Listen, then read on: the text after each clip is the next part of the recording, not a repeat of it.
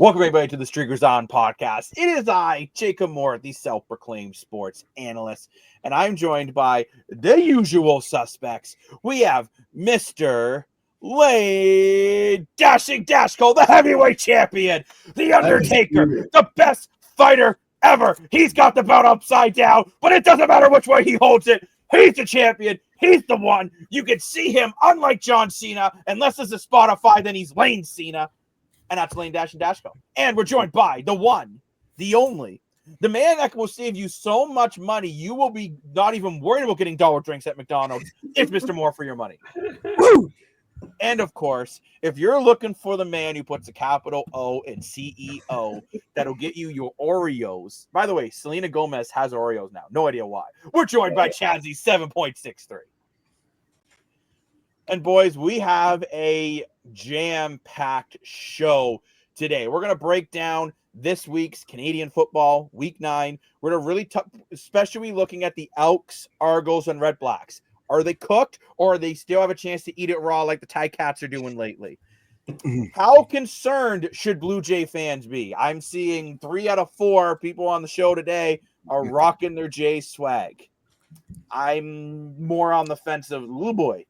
But we're going to talk about that. The NFL we saw the first preseason game for some reason in July, and now they're not going to play for 2 weeks. So we're going to go over some big headlines going on in the NFL. NHL headlines. Unfortunately, there's some more controversy in the NHL. We're going to go to Lane's WWE segment, which, remember, he has a show coming. So make sure you're getting ready for that beautiful show. And we're getting to some controversy in WWE. But let's jump right into the Blue Jays here. And I'm just gonna be honest with you boys. I kind of wish the Jays just didn't show up. Oh, wasn't that bad? Yes, it was. I honestly would rather see them get blown out because at least the game wasn't. That game was winnable. That game was so bloody winnable with better base running, better coaching. This is a winnable game. Like the second inning where you have the bases loaded, basically. You get a guy running into home, but then the guy at third and second aren't even looking at each other. So you have 2 guys running to the same base, and then they both just stand like, Durr. Like, what are you doing? Then even especially at 2 outs. Then you look at the 10th inning too, on one of the multiple errors where Kirk throws it way past the third baseman. Then the guy's running the thirds. There's another player at third ready to catch the ball, and the outfielder's just walking in. Not concerned. Just give him third base, which then turns into another run. The Jays made a lot of mental errors in this game. But funny enough, I find this very weird in baseball. I don't know why bad base running doesn't count as an error. Yeah, I've understood that. Like infield and outfield and pitching gets counted as errors. But if I'm an idiot and try to make a double that clearly should have been a single and I'm out, why is that not an error? I have no clue. No, like seriously. Yeah, I don't know. Someone answer for me. Give me an answer, Chazzy. Why? No answer. No, oh, good Lord. You're just like a no reason, like my favorite movie. But I feel looking at Dan and Chazzy, you two look as cool as a cucumber when I'm talking about the Jays playing like D.O. double dog poop. So you guys, on a scale of 1 to 10, how confident are you that Jays will still win the division? Well, I'm not looking that far. What do you mean you're not looking that far? I'm taking it series by series, expecting at least 2, anticipating a possible sweep in Colorado. And Dan, you're saying an 8 out of 10 that you think the Jays, with only a 3-game lead over the Red Sox, will win the division with the way they're playing right now. Yeah. Someone's 98 wins, baby. Here we go. They're not getting 98 wins now. They actually legitimately had a chance of it at one point, and that's gone. I know. I can kid, right? This team's been bad. Do I give Boston a lot of credit? But Boston did start the year poorly. They can just easily fall in the slump like the Jays are. The Yankees have just disappeared. And Tampa and Baltimore, not very good this year. So, you know, we're in the toughest division of baseball, but we're very lucky that this year it's not the toughest division of baseball. This is a good series to let those trades settle, that get some of those veterans back in the bar show. What he struck it 4 times out of 6 plate appearances. This Varsho looked last rough weekend, at the plate. He looked good in the outfield. Made a couple nice catches today. Yeah, but that team was making the clutch hits when they needed it, and that's why you got the W's. Well, and then this is over the the issue when you change up the lineup. I understand guys are coming back, but honestly, what are you guys' thoughts on the Shane Bieber coming in? That's exciting. That's awesome. He's playing AAA in Buffalo right now. And we did see some struggles with pitching later on this game. The starters in the series were amazing. But then as the starters did their job, the relief pitchers, we saw some highs and we saw some lows. So if we get another body in there like for Beebs, I think that's fantastic. Is he a starter? Yeah. Yeah. Well, see, I think talk about he might. the live. Sorry, Dan. That's what we forgot to talk about in the live show. I forgot is that we do have some key injuries. Beebs gets back in. The 2 other pitchers we got both played a little bit in this series. I felt what both of those are in the pen. Yes, yeah. I felt bad for Zingas getting in there in the 10th inning. That was a really tough situation for a new player. Do your job. But you think about George Springer got hit in the head in the Baltimore series. He missed this whole series. He's your best hitter on the team right now. Varso is a heavy hitter. He's just getting back, just getting warmed up. Kirk got busted a little late, a little early because of the injury of Heidemann. And then you still have Saint-On there, who's going to come into the lineup eventually, too. So you still got some serious offensive weapons who are injured. They're going to get back. Because 1-800-excuse-my-butt is calling you up. I don't care. Next man That's up. why I talk about a live show. But hey, I'm talking about it now. Up mentality. And again, we talked about this in the live show. A family of 4 spending $500 minimum to come see this crap. And I'm going to call it crap. That 10th inning was disgusting. And I'm going to put it this way. If the Toronto Maple Leafs went out and played like that in overtime, Lane would be burning his house down. Dan would have kicked his door down. And Chazzy would be grabbing the popcorn, just laughing at us. So everyone says, well, it's because the Jays aren't expected the same expectations. I have the expectations that this team this year should be a playoff team. Oh, 100%. I agree. And right now, they are not playing like a playoff team. Yeah. Are they playing like a playoff team right now? And the answer is no. Number 2, I think Mr. Beebs is going to come into the starting role, and Scherzer is going to bring in his experience into that bullpen to just kind of settle things in. I would have loved to see that 10th inning today. A guy like Max Scherzer, who's really good at just getting strikeouts, getting in there and handling that 10th inning. Maybe you don't even have to burn Hoffman in the 9th, because you could have just ran Scherzer for the 9th and the 10th. I know you can't. I got to give Chazzy so much credit, because when we started the Island in the offseason, the MLB, he was also a Matt Scherzer. I'll be honest, I didn't know much about him. But now that I've watched a few games of him live in person, I give Chazzy all the credit award. I can see why he was so pumped that we got him. What a difference. I think he's a huge, if you listen to the horse. Well, he is. And if you listen to the other players in the interviews talk about leadership and the dressing room and momentum and so many changes, they all talk about Matt Scherzer. He's a big difference why this team is better than what they were in years past. You're saying they're better than years past, but it really depends how this team closes out. Yeah. Oh, I agree with you, but as of now, they're better. Sure. That's like saying the Leafs were better this year because they won 2 playoff games in the second round instead of 1. Like technically they are. I only say looking at it short term right now, because you got to look at these series, because you got some tough ones coming up. You got to take 2 of 3 at least. Yes.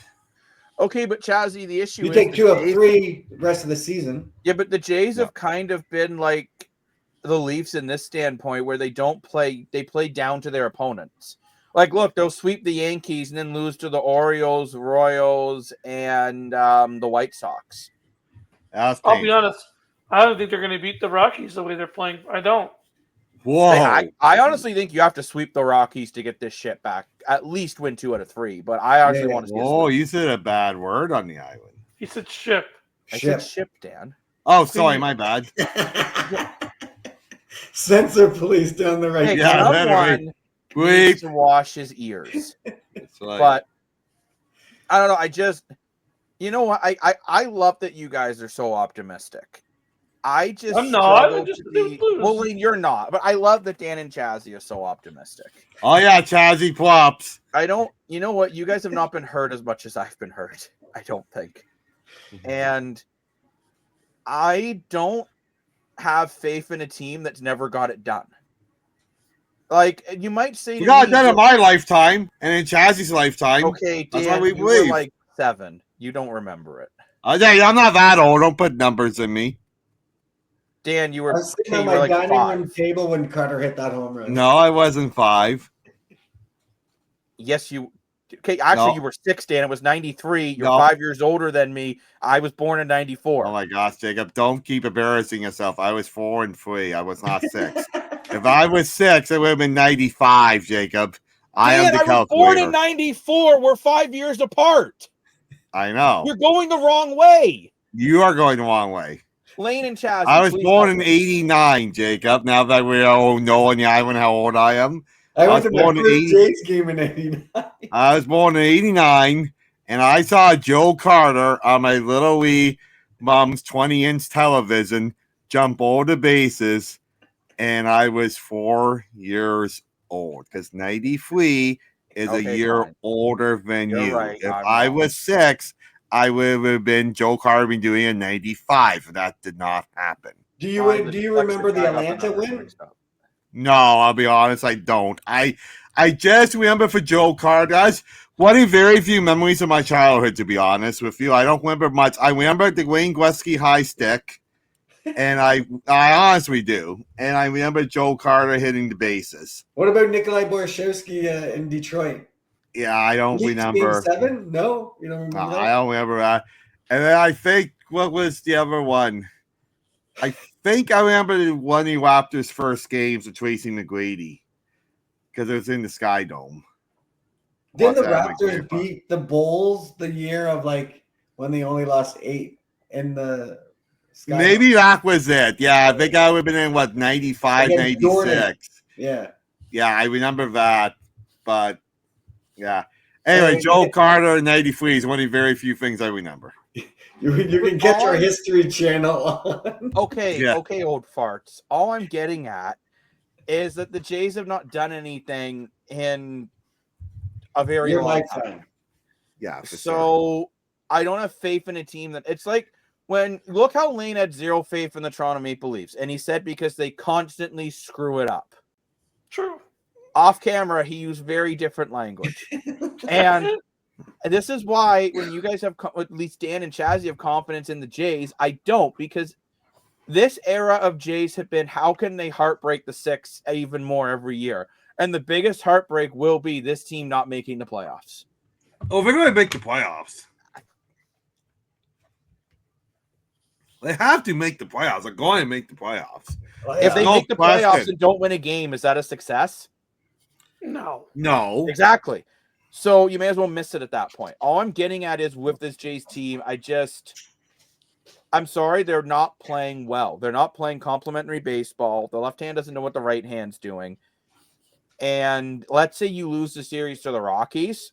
Which they very well might. We're not even there yet. Yeah, let's not get ahead of ourselves. We're not. The Rockies is the next series, guys.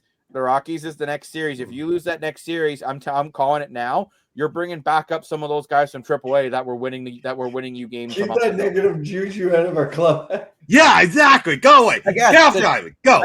Here's a lifeboat. Here's a life jacket. Paddle on back in reality.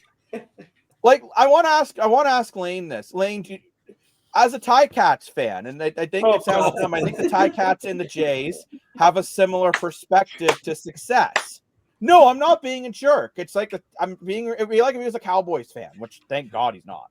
But here we go. Let's say all of a sudden the Ticats, they've won 6 straight. If they lost 4 in a row, would you be very concerned? Yeah, of course.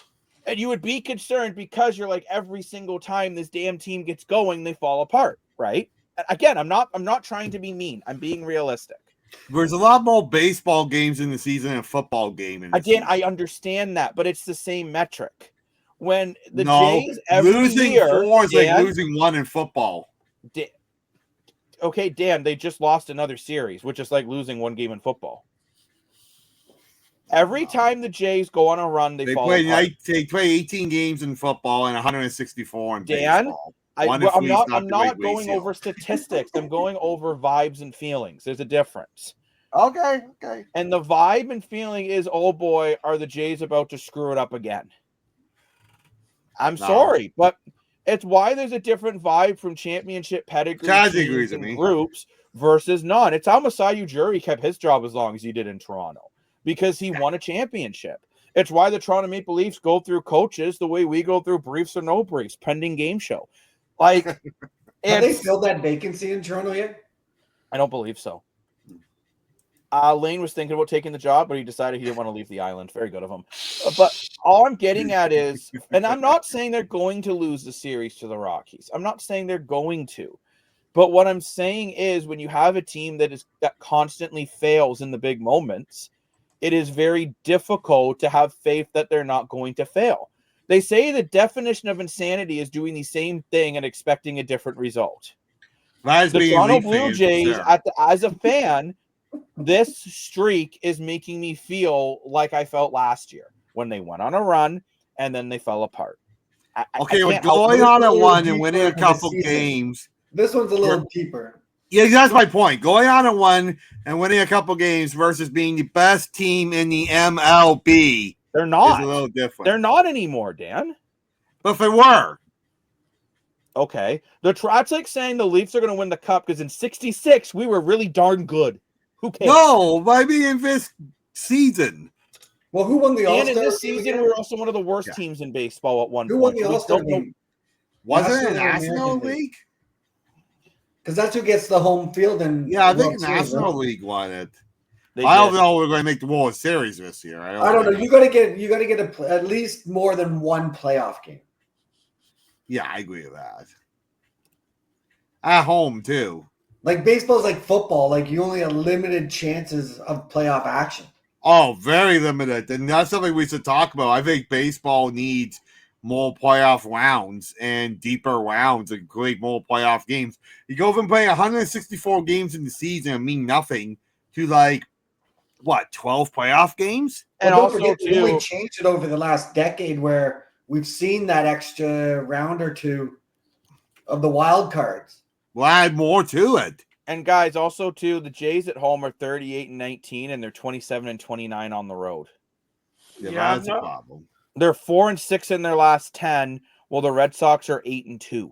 No, Red Sox are hot. Yeah, luckily the Yankees are also 4-6, so they're also bad.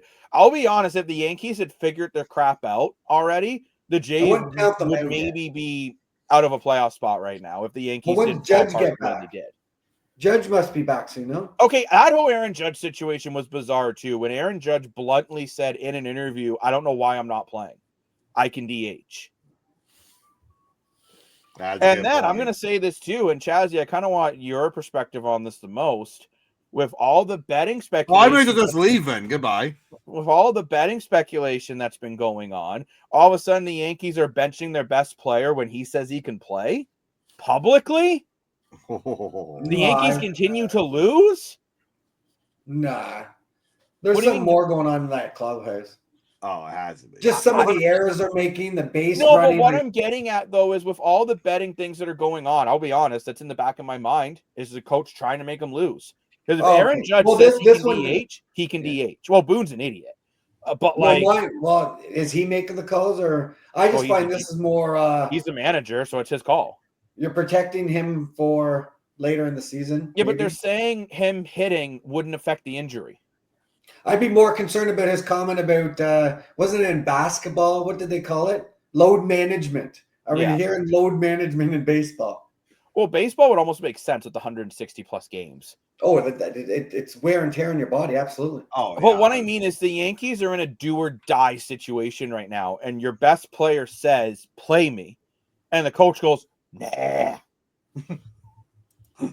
Come on, you got to be thinking that a little bit. What's his injury? I haven't. It's an elbow injury. They say he basically can't throw a ball, but he can hit no problem. He's still taking batting practice every day. Crazy. That's kind of like benching your kicker because he's got a broken thumb in football. If you can still kick. Yeah, I but don't you know. still got to catch the football to like. I don't know. Fine, field goal kicker. Oh, okay. Unless you're testing out some prospects before the trade deadline, so I want to ask you utilizing guys those quickly, games. how do the playoffs work Oh, no. in the MLB? So if you, let's say you get the wild card spot, like who would the Red Sox be facing? Would they be facing the second AL? Is there a bracket we can see? So how it works, guys, is the best team in the league gets a bye. Yeah. Like if you're the best team, you get a bye, and then the wild cards face like the division winners. It goes based off by records. So right now, the Tigers would get a bye. Yeah. Would the Jays also get a bye because they're winning their division? No. Oh, so you win, you get a bye. So right now, the Jays would have to play in the first round. Right. Yeah. So what happens the Jays get? Well, they would. I believe what happens is the first series would be the Yankees would have to face the Mariners to see who faces them because they get a bye. Toronto would be facing. Unless I'm crazy here. Did they change it? Let me look at last year. It's better if I look at last year again, so I can give you a better example. Look at those Tigers at a plus 80 difference. Can you go back to the record last year? The record. Here's playoff bracket from last year. Yeah, and then the standing. Oh, yeah, okay. Because unless I'm Jays saying are not there. No, they didn't make the playoffs last year. They're bad. I know. Yeah, so give me 1 second. But while Lane figures that out, I just mean when you're looking at the Jays here, they're in a position. Okay, yeah, I was right. So the best team, which would have been the Yankees, they get the first round bye. And then the two wild card teams, they play each other. Like which is the third. So the third team in the division leaders faces the worst wild card, and I think the second team faces like the worst team. Then the third faces it goes based off by record. Well, right now the Jays would play the Mariners, and the Astros would play the Yankees. So the Yankees and Cleveland last year as 1-2 got the first round bye. Yeah, so right now the Jays would be playing the Mariners. Yeah. No, the Jays would have a first round bye, no? No, because the Tigers are first in the AL. But if you look at that, go back to last year's playoff schedule. If you look at that, it says 3 versus 6, 4 versus 5, and then the 1 and 2 are in the second. You're right. You're right, Craig. Cleveland had that bye too. So right now it would be Detroit and Toronto. Would get the and buys. Then you have 3 versus 6. So who's 3 and 6 right now? It'd be Boston, no? No, it would be the other division leader, Houston. Houston, Seattle. So Houston would face the Mariners. Boston, Yankees. Boston would face the Yankees. Sorry, yeah. That's how it goes. But what I mean is, right now, if the Jays fall out of the division, they might have to play the Yankees in the wild card. That'd be crazy. I understand that the Jays have been winning the season series against the Yankees. But can we all agree that the Yankees have been underperforming and they're a team that could be a very challenging team to face in the playoffs? But this is August. 100%. September with that lineup? You keep telling me wait another. You told me last month wait till August. When in November you're going to say, don't worry, the Jays are going to be great in June. Well, if they don't turn this ship around, they won't be even talking about October. He said ship, Dan. Don't worry. I know. It's just, like I said, it's just a concern. The Jays are 4-6 in their last 10, while the Yankees are 8-2. You at least want it where the Jays and the Red Sox play each other in that final series, basically saying whoever wins that series will win the division, bare minimum, to at least keep it in your hands. That's possible. And to do that, I think you need to go 6-4 every 10, minimum. Yeah, I agree. And right now, they're just not doing that. They're underperforming. Get better on the road. Well, on the road, they're bad too. And that's another concern. If you're a wild card team, even if you get out of the wild card, you got to play on the road more. Exactly. And the Jays are very good at home. You know what? They know that they know that ballpark really well. And baseball is very odd, where every diamond's a different size, which I still don't really get the point in that. Every wall's a different size. Every field's a different size. It's kind of unique about baseball. But I do want to move on to the actual next series, because as Chazzy says, it's only August. Even though last month he told me just wait till August. But now it's only August. So shiver me timbers. It's only August. Who cares? But the Jays play the Rockies. And this is in the Streakers app, by the way. So if you're not in the Streakers app, I don't know why. Like, you've been listening to me talk for how many months now? Download the Streakers app. Do it. Do it Listen now. here, Steve. Talking to you. It's not on your phone yet. I can see that. Download Maybe he's taking a poo-poo. Well, that's the perfect time to download it. Anyways, who's going to win the first game of the series at least? Are the Jays going to get back on track after letting a game slip away that was winnable? Or are they going to turn into the Titanic and continue to sink? Ooh. Mr. Dashko, since I feel you're not as negative about the Jays as I am, but not as positive as Dan or Chazzy, I really want your perspective on this first game here in this series. I think they're going to lose the first game. Ooh. Maybe Chazzy, what are you thinking? Because I don't think you're as positive as Dan. You never said this team was going to win 98 games. I just said Lane a rivalry. I'm definitely taking the Jays tomorrow or today. More for who are you taking? Yeah, we don't know time on the island. We don't know what day or time we're doing anymore. But anyway, I will send Dasko a rivalry as well, as I am taking. Why are you sending Jacob over? Why is it just me? Why don't we just pick it up? Okay, fine. Okay, fine. Okay. No. Wait for Okay. the I'll add Hold on. Listen here, you two, Dan and Chazzy. You want to send me a rivalry? You want to get in the ring with the most dashing person of all? Do you know what this is? This is gold. I had to work so hard for this. You guys have never had to work a day in your life to be a champion. And in the Streakers Island, I am the champion. I am the one. I'm the one to be. So if you want a piece of this, you got to come through me. I don't need a manager. I don't need this. I need me. I am.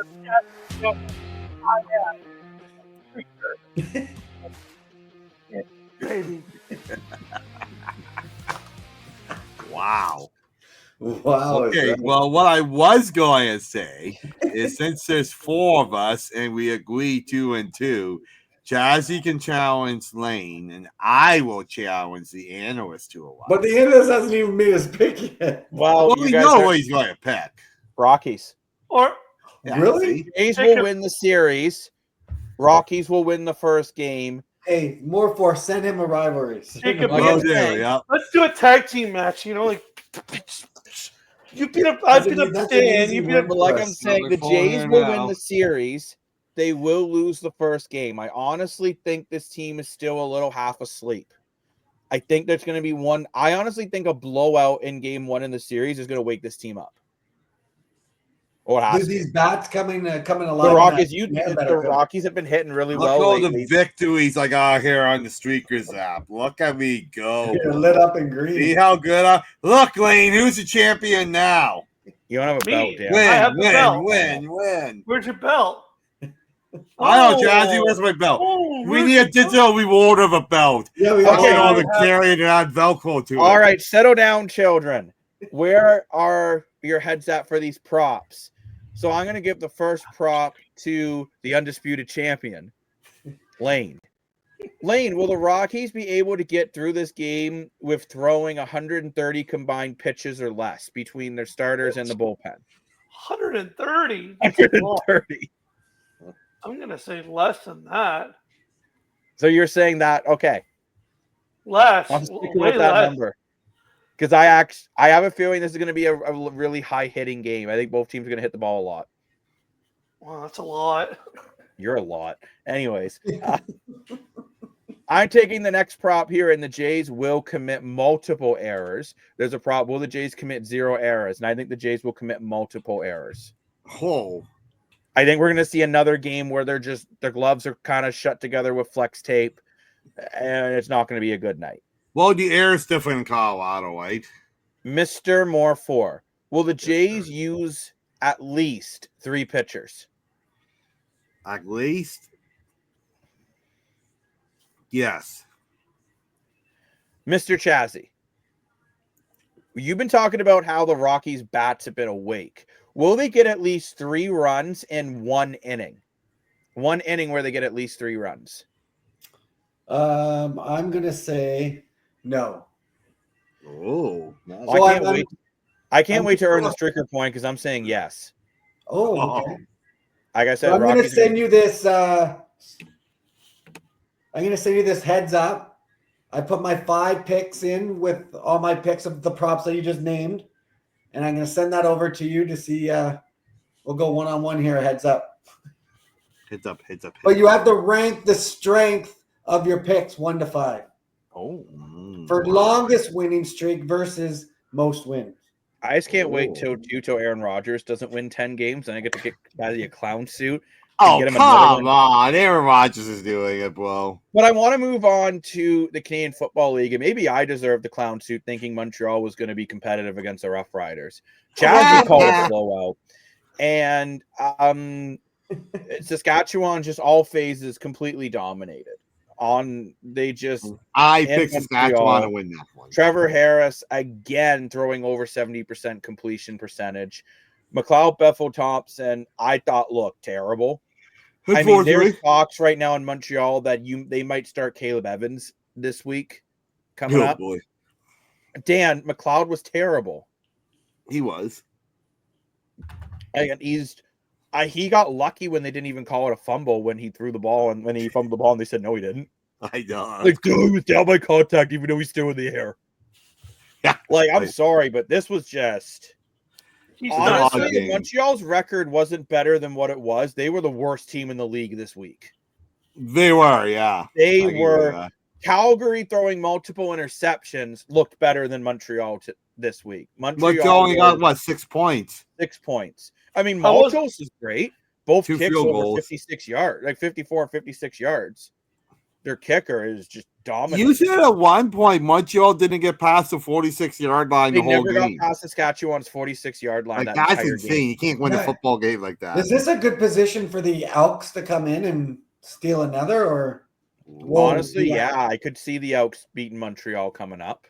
Wow. Back to back at home. I'm curious though. I talked about the panic button in Toronto for the Jays. How concerned are you as an Alouettes fan? You've lost 2 of your last 3. Very. Davis Alexander, I don't think he's back for at least another 3 to 4 I'm weeks. hitting panic button. I'm Alouettes fan. Especially the Ticats looking so good. I hate to say that. Sorry, What's his injury? Hamstring. Which, remember, he came back, played 1 game, injured his hamstring on the last play of the game. That's why I say it was all very schedule coming up. You got Edmonton, BC, Winnipeg, Hamilton. There's a good chance Davis Alexander doesn't play in any of those games. Hypothetically, and 3 of those games are hard games. Let's say you win. Let's say you go 1-3 in that 4-game stretch. Right. With the way they're playing right now, I could see Edmonton beating them. I could see BC beating them. Winnipeg, I'll be honest, I also don't think Winnipeg's playing very well as much as they found a way to get a win this week. And the way Hamilton right now, you could argue they're one of the best teams in football right now, which will go into my power rankings in a little bit after we break down your power rankings. But I was here to power rankings first, but anyway, that's me. No, and what I say goes.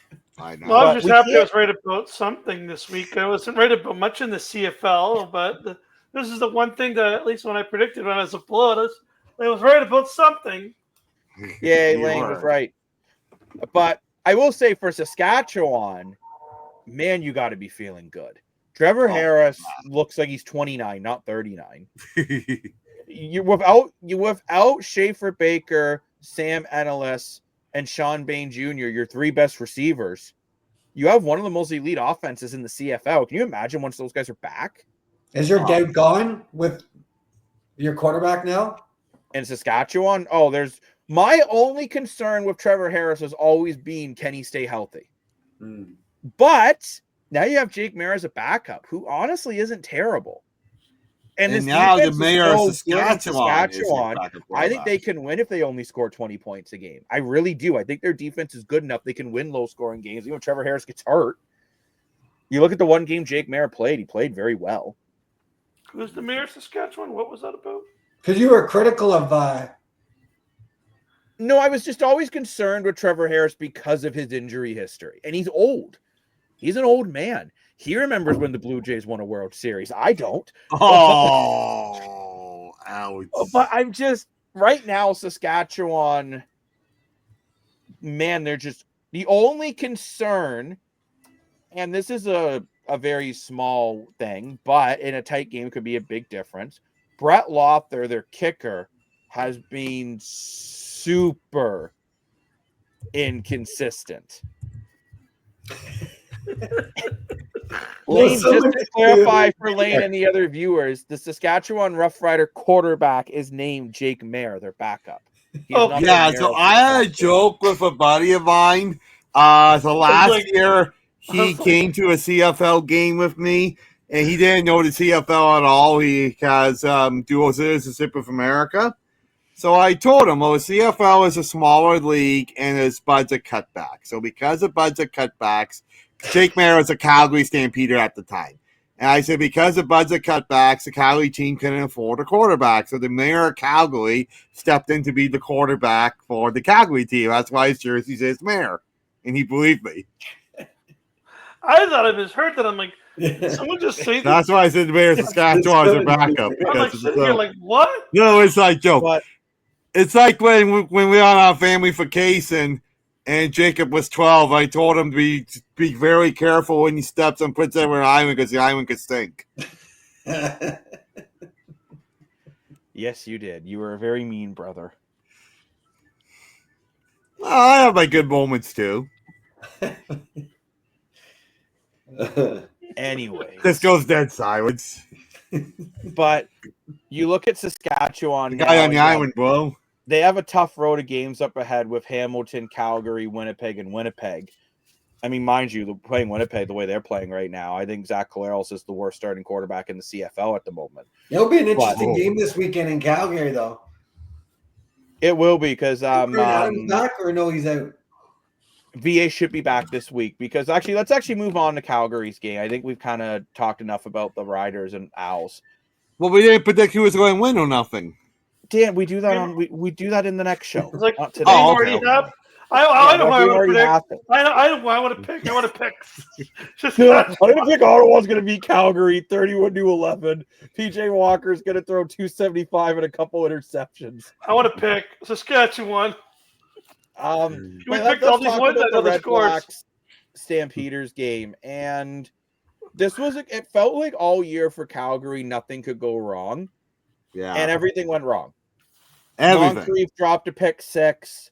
PJ Walker, it sounds dumb, I think kept forgetting there's an extra defender on the field. And that's an adjustment. That's a legitimate adjustment. People will laugh, but like Johnny Manziel talked about it, his time in the CFL, he said he legitimately could not get used to 12-on-12 football. Like he really struggled with it. Why didn't he run more though? Yeah. Walker, that's a great question, man. The guy's got he's actually got good mobility. I will say with PJ Walker, I think with more time in the CFL, I think he could be good. I don't. Well, then you and Henry Burris disagree. Henry Burris thinks PJ Walker's got all the intangibles to be a CFL quarterback. He's just got to get used to the league. Well, I don't want to fight against Henry Burris, Smiling Hank. I mean, 60,000 yards. He knows what he's doing. So yeah, he did throw for 37, 20 for 37. I wonder if Smiling Hank fakes a Trey Ford. He wasn't that okay. He was bad, but he had a lot of really good moments. But for Ottawa, I mean, I think this was your best game offensively, where the team really looked comfortable, right? Like Drew Brown was moving the ball downfield well. They were actually using the run game appropriately. I honestly thought this was Ottawa's. I know it's their second win, but this was their best win. This was their best game all season. Ottawa looked good. They were making plays at all ends. Yes, I get it was against a backup quarterback, but at the end of the day, you still did it. You shut down Judrick Mills completely, and that's impossible to do this year. Literally, no one else figured that out. And Ottawa got themselves back in the playoff hunt. Yep. I mean, yeah, you took advantage of a bad team, but it's also hard to judge, right? Because like I looked at them like, yeah, you did what you did. You won. You kept your season alive. You did what Edmonton couldn't do. But you're also facing a team in a weaker position. So how do you know that you've made strides? Like so we talked about this with teams going on hot streaks and trying to find their game plan. It's hard to be really that positive when you're yeah, we beat them, but we didn't really beat them. You know what I mean? I think though the big thing, Lane, for me is that the if VA is in offense. this game's a different game in my opinion. You got to remember though. That's a good point, Lane. Adrian Green was the only injured defensive player for Calgary this week, and they kind of ripped that defense apart for the most part. That's the best defense in the CFL statistically. True. So I agree with you to a point that if VA is in this game, I don't know if Ottawa wins, but I also don't know if Calgary wins for sure if VA is in this game. Like there was a game between Montreal and Toronto a couple weeks ago, and I was adamant, and I still, if Chad Kelly's in that game, they probably win. But like this game, I don't feel VA being in would have guaranteed a win for Calgary. Well, didn't they? Because their defense was poor. Am I not wrong? The Ottawa's only 2 wins have both come against Calgary. Both come against Calgary in weird situation. You have the one game where it was raining so much you couldn't throw the ball, and actually it was perfect game for Dustin Crum to be in a QB for Ottawa. Because he is more That's of funny a when you think about it. tip your way down the field and run yourself and use your legs kind of quarterback. And then the last one was weird because PJ Walker made his first career CFL start. And man, it's hard for NFL players to jump into the Canadian Football League. It is difficult because it's a very different game. How did you rate Drew Brown's performance? B+. His second best game all year. His best game was week 1 against Saskatchewan, where he threw for over 400, even doing that with a hip injury. But this was his second best start all year. This Drew Brown, for the most part, looked like the Drew Brown from last year. Still threw a bad interception, but overall, look, if he didn't throw the interception, it would have been an A for me. But turnovers are big. But I will say this: I'm seeing panic in Calgary, and I would not be panicked at all at 5-3. The Blue Jays all 5 bar Calgary, no problem. Because Calgary, at the end of the day, Dan, besides the last 2 years, they have been a team that makes the playoffs every year. They have the longest playoff streak in professional sports. Right. You have Vernon Adams Jr., who is arguably the best quarterback in the CFL. The only games you've lost, it was pouring rain and your top quarterback was injured. Okay, that's a good point. And for Calgary, I don't necessarily think they're the Kings of the West anymore, but I think they're still a very good team that should make the playoffs. Oh, yeah. They should beat the Blue Bombers this weekend. I would think, but we'll talk more about that on the Thursday show. But yeah, looking ahead at the Blue Bombers, we can actually move on to the Argonauts versus the Bombers. This game surprised me a lot. Honestly, this was a game where I am shocked that a special teams coordinator has not been fired yet. You cannot allow 2 punt returns for touchdowns and a half. Yeah, that's ridiculous. That's what lost you the game. I'm seeing everyone blaming Nick Arbuckle. Like, no, if Chad Kelly was in, no, it's not Arbuckle's fault. Nick Arbuckle, truthfully, over the last 3 weeks, has looked just as good as Chad Kelly.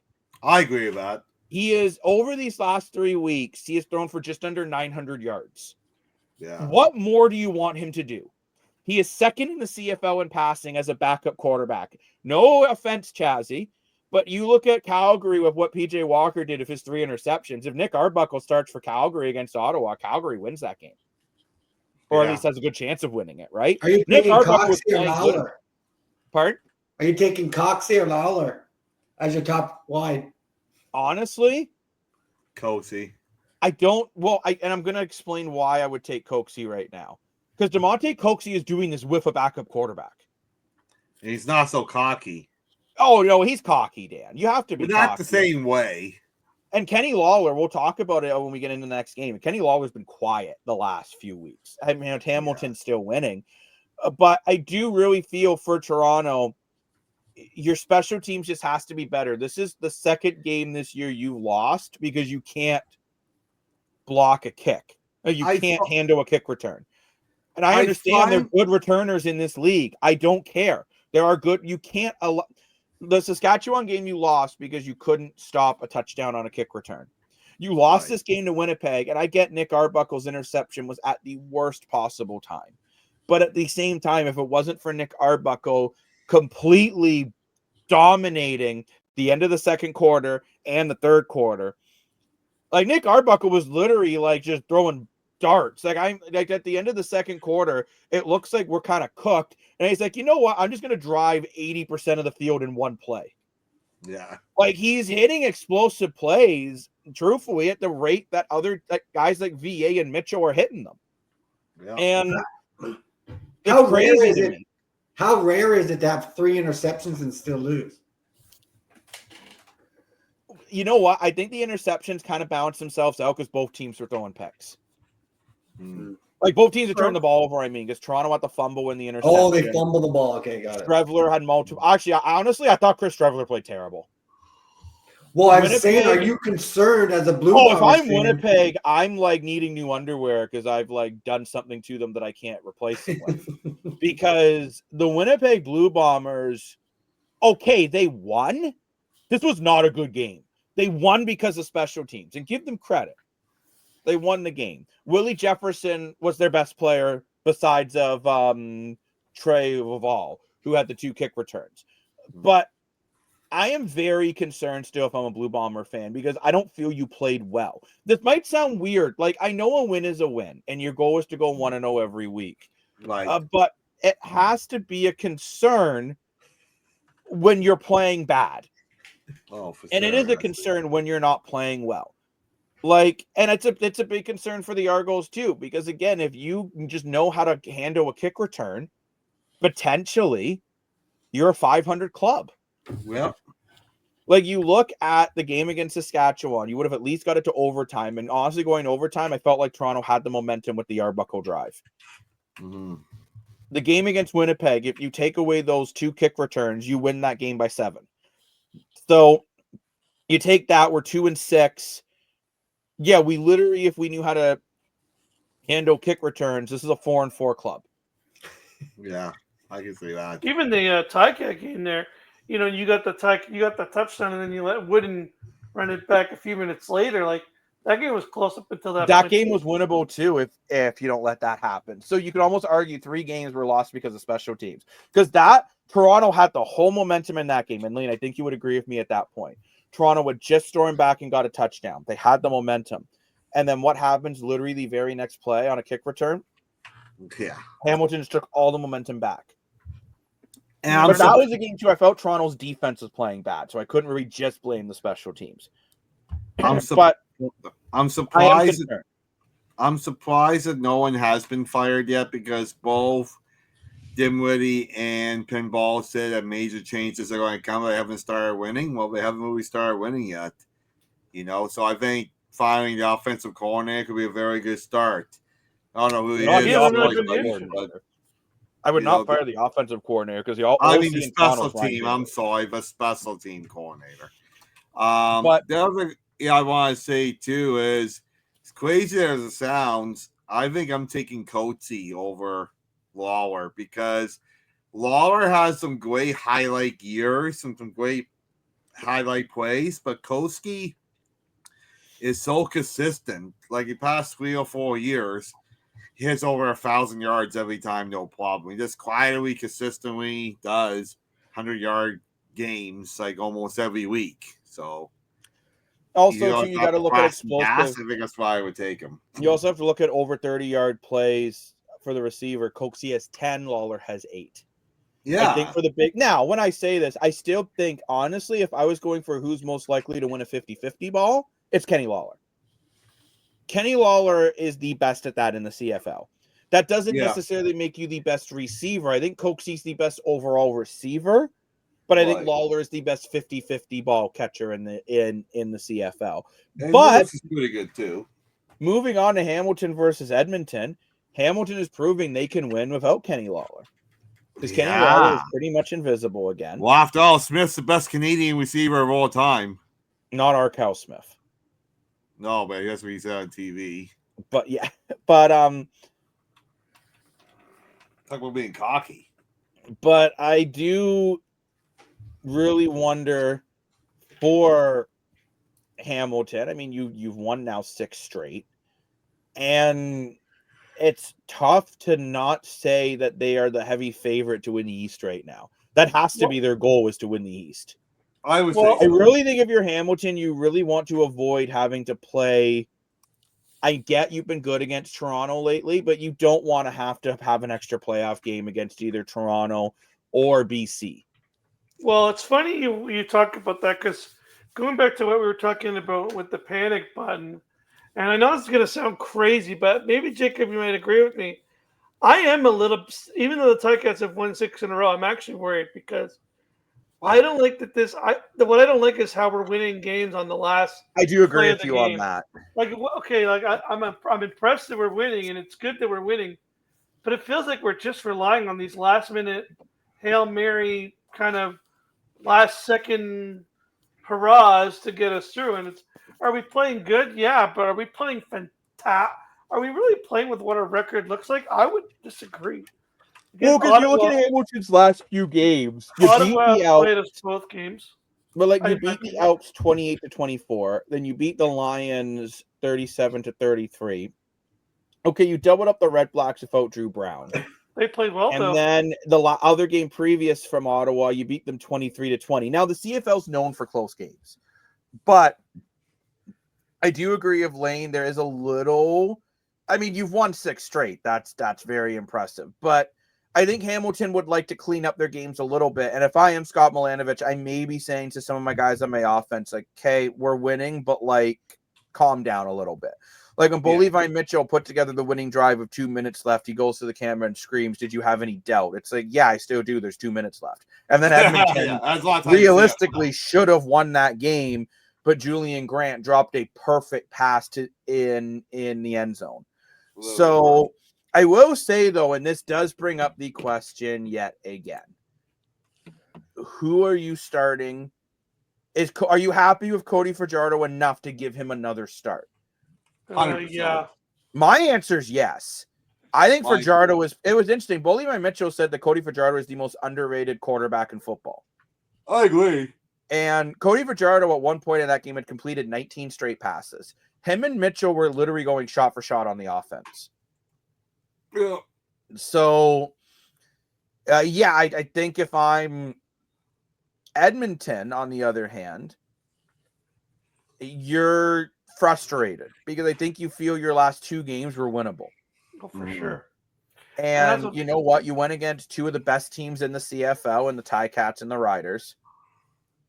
And unfortunately, you came up short in both of them. But I'm going to be honest, without Cody Fajardo, I think these games are probably blowouts. And the whole offense just seems more confident with Fajardo there. I think he's more of a leader. So that's the thing with losing so many games, right? Because you're like, again, we go back to this. Teams are going to win and lose, obviously. No, really, it's sports, right? You're going to win some, you're going to lose some, of course. And good teams are going to lose, and good teams are going to win, and bad teams are going to win. But when you lose consistently, and then, you have these kind of games where, like, you're playing good. You actually are. The last 2 games, everything's playing well. Your defense is doing well. Your offense is doing well, but you're not getting the wins because the other teams are getting the wins. Now it's getting frustrating because you lost the games earlier than maybe some of those games you should have won, and now you can't win because the other teams are winning. So you find yourself in an awkward position now where it's like, we're playing well. The results are there, but we're not getting the wins. And I feel like Edmonton has had this kind of weird season. Even when Trey Forbes said there were some games that looked winnable. There were some games where they looked like they improved, but it's just like they're just falling short at the goal line every time, and it's never been able to like put it together and then finish it. Man, literally at the goal line.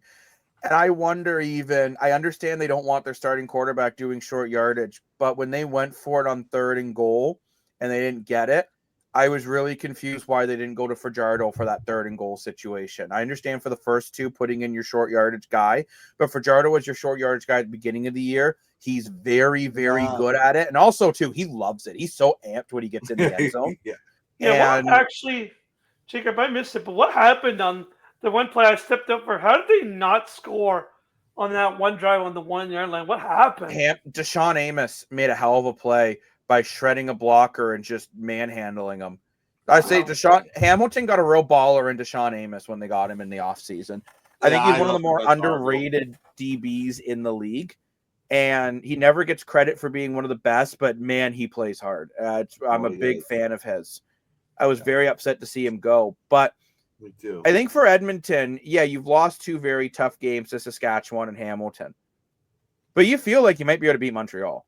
So you're hoping if you can get your second win of the year coming up on Friday, which again, we'll break those games down a lot more on the Thursday episode. But you're feeling like, you know what? We're playing well. You have a stretch of Montreal, Toronto, Ottawa for your next 3. Unfortunately for Edmonton, I think they got to sweep this East trip to really have a legitimate shot. They got to sweep. Yeah, I agree with that. If they can get the brooms out, as Dan likes to scream broom. Boom! Wayne looks Man, are going to be shot. Sorry, buddy. Then you have because Edmonton's best chance is the crossover, and you've lost the season series to BC. So you got to sweep the East coming up. I think if they don't win I think they got to go 3 for 3 in the next 3, and if they don't, then they're cooked. Yeah, I agree with that. But now it is time for the moment you've been waiting for. Oh, I want to hear this. Which is the power rankings for the Canadian Football League. These power rankings are brought to you by me. Let us know. Send me a message. DM the Streakers Down Podcast or Streakers Gaming. But number 1, Saskatchewan Roughriders. No more 1A and 1B. Number 2, thank God, Hamilton Tiger Cats. Number 3, Calgary Stampeders. I have them at 3 because VA is supposed to be back next week. And honestly, Montreal at 4 because I felt Montreal played a hell of a lot worse without their starting quarterback than the Calgary Stampeders. Number 5, Winnipeg Blue Bombers. They found a way without their starting QB to make multiple key plays. Interceptions, fumbles, kick returns for touchdowns. They found a way. Number 6, although they didn't play, the BC Lions. The BC Lions are one of the lower seeds in the West, but they are still a team I would be not counting on them making the playoffs yet. Number 7, the Toronto Argos dropped a little bit for me after that game with the 2 kick returns for touchdowns. Toronto Argos at 7, but I'm still not putting them at the bottom feeders of the bottom 3. Number 8, Ottawa Redblacks. They did find a way to beat Calgary, but they beat Calgary with no Vernon Adams Jr., and we all know that's a very, very different team. Last, but certainly not least, the Edmonton Elks. Played probably their best game of the year, but still just could not get it done. And those are my friends, are my CFL power rankings. Much better than last week. I totally agree with you on those. Last week, I was very disappointed. This week, you bounced back. To be honest, the only ones I was debating on were 3, 4, and 5. That was the week I really struggled with. Right. I'm like, I don't feel any of them played well this week, but I don't feel any of them should drop any further than 3 to 5. Yeah, right. I more put Calgary at 3 because I think they're a better team than what they were last week. And it's assuming VA's back. Lane, you had a question, comment, concern? Not just wondering. I'm assuming now I know you like your 7A and 7B, but could you argue that maybe the Argos and the Redblacks could be tied for 7 just because the Redblacks did get a win against a team in the top 3? And I almost flipped the Argos and Redblacks actually, but I felt I almost flipped the Argos and Redblacks, but then I went back to last time those 2 teams played, and Toronto took it. True. That was my thought process there. Funny enough, I was debating on putting Winnipeg at 3. I was seriously debating because that team fought and clawed a way to win a game that they shouldn't have won. And to me, that means a lot. But I honestly do feel Calgary is the better team. even though they lost this week. They might be better than Montreal, maybe now. Honestly, I think both of those teams are. I will put it this way: if both of those teams continue to go the way they are, they could be bottom feeders by next week. Wow. I'm just saying that by next week, I think we could see some major shuffling. Like if Edmonton beats Montreal, and if Calgary beats Winnipeg, I may be putting Montreal and Winnipeg down in like the bottom three. That's a bold prediction. Depending on what happens here, just because of the way they're playing. Right now, they're in the top 5 because of their overall records, not so much of their recent play. True. But those are my rankings, and I'm sticking to them. Nice. And again, we could see Toronto jump up if Toronto manages to beat Ottawa this week. Toronto beats Ottawa. BC hypothetically loses to Hamilton. We could see Toronto jump from 7 to 5. Right. Yeah. So I do think we could see a lot of shuffling next week, but these are the power rankings after week 9. Cool. But Mr. Dashko, the Dashinator, as I like to call you sometimes. WWE was back this week with SummerSlam. I keep wanting to call it Summer Smackdown, but that's not it. But unfortunately, the biggest story wasn't necessarily the wrestling. So can you kind of get into what the controversy's been in the WWE after the weekend? So yeah, there was of course, there was a SummerSlam, one of their big 4 PLEs of the year. It was a 2-night event for the first time since, well, usually WrestleManias are now 2 nights, but this is the second PLE now where they're trying to branch out to a 2-night show to capitalize on money and ticket sales, and because 50,000 people will go one night, maybe they'll go another night, and they're taking the storm, they're taking the financial gain of getting the ticket sales and pushing the product, pushing the events to try to spread it out to make more money, which all credit to them. If the fans are going to pay, right? We talked about ticket prices earlier, but if people are going to pay $300 for one night, $300 for the next night, might as well try to make it. So they're trying to.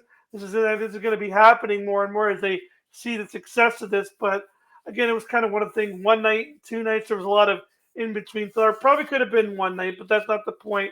But at the end of the second night on Sunday night, after a great 40-minute match between John Cena and Cody Rhodes, one of John Cena's swan song matches that should be talked about, Brock Lesnar, who a lot of people know that name, and I'm sure will be a little bit of criticism, was returned to WWE after being involved in a scandal outside of WWE headquarters and was suspended upon leave. Now, he wasn't named in any specifically in the allegations, but his likeliness and personality was put forward that it would probably be him being involved in it. But again, there's been no proof. There's been an ongoing case for almost about 1.5 years now. And they said they wouldn't bring him back, but I guess they have decided for shock value that Brock Lesnar is now back in the WWE to face John Cena. And unfortunately, after a great match with John Cena, the only thing people are talking about is Brock Lesnar. Yeah, it is an odd situation in the WWE right now because, there is still a pending court case going on between the defendant and the plaintiff. And I noticed, Lane, when we were doing our live show, if you didn't get a chance to watch the live show we did on Sunday night, I highly recommend checking it out because it was a really, really good show. But it is a weird situation in the WWE right now where instead of talking about some of the really good wrestling that happened and the excitement and the twists and turns and the storylines, you're instead talking about the controversy. And Lane, as a wrestling fan, does that almost frustrate you? Of course it does, right? Because we were here on Saturday night too. We did both days because of course it was night 1, night 2. And I was even saying, night 1 was kind of boring, but the way they ended night 1 was so exciting. It was fun to come on and talk because we were talking about they turned this really bad night into a really fantastic night because they did this guy with his crutches and he dropped the crutches, took off his walking boot, was like God himself and tried to look like he's this healed his injuries in 2 seconds to stop his enemy from winning. That was fun. That's fun to talk about. That was an exciting night. That made you feel high as a wrestling fan. It made you feel happy. It made you feel like, wow, we turned in something to good. But when you get this kind of situation after you just sat through a match where like, I really appreciated that. I want to talk about that. I enjoyed that. Now we're talking about stuff that is not even involved in wrestling. We're talking about courts and litigations and like all this stuff that we don't really need to be talking about. So it is frustrating to me because now you're seeing what could have been a really good night and what you could have argued was a really good ending. Like, again, I said it on the live show. John Cena came out here tonight, put on a 40-minute banger in his last few months here, got a standing ovation from the crowd. He was emotional. He was in tears. The crowd was saying, thank you, Cena. We finally got a match that we felt John Cena really put his heart and soul into it. And it was just wiped just like that. Yeah, unfortunately it was. It's, again, if you really want a full breakdown on it, I do highly recommend you head over to the Streakers On podcast, Facebook and YouTube, and give the show a watch because all of us really gave our thoughts and perspective on it. And be ready to, as Lane has a new show coming out called Sports Talk with Lane. And I believe, Mr. Morfor, you're going to be his co-host for a lot of those episodes. Yeah, I'm going to help out and learn. I don't know anything about West Wing, full disclosure. So Lane will be teaching me all about it. And myself and some viewers of the island that don't know West Wing will be learning it together. And remember, too, that Lane will also have his own Streakers channel. So you will be able to play along with his custom props. Right? So it's not the random props that the CEOs are making up upstairs. It's the random props that Lane's making in his basement. So that's way more entertaining. Lane's Basement. That should be the name of your show. No. But, Lane, besides of the controversy, would you say the overall weekend was a success? Like, do you feel you got overall good wrestling? Or do you feel it was kind of up and down and a bit of a mess? It was definitely a bit more of a mess. I do not like these 2-night shows. I think it should. I don't mind it for WrestleMania. WrestleMania is a spectacle. There's more involved in it. The WrestleMania is more of the glitz and glamour sort of thing. I don't mind it because we used to have to watch 8 hours of WrestleMania, and if anyone who does that or ever has to put through 9 hours of a show is unwatchable. So I was very happy that they turned it into 2 nights. If they want to go down, what about the NHL draft? Come on, that was tough too. That was watchable multiple hours. But sorry, Lane, go ahead. No, but no, I'm glad that they made WrestleMania 2 nights. But now I feel like TKO and WWE are being like, well, that works, so why can't we apply it here? And now you're kind of seeing events that aren't as big as WrestleMania, and what they're trying to do now is, you saw they had a show 3 weeks ago. Then they had a women's show. Now they have SummerSlam, and now they even have another show at the end of August called Clash in Paris, where they're going to be going over to France to do a show. And you're having all these shows within such short time. The storytelling is not quite going to be on par if you want to put on a 2 nights extravaganza.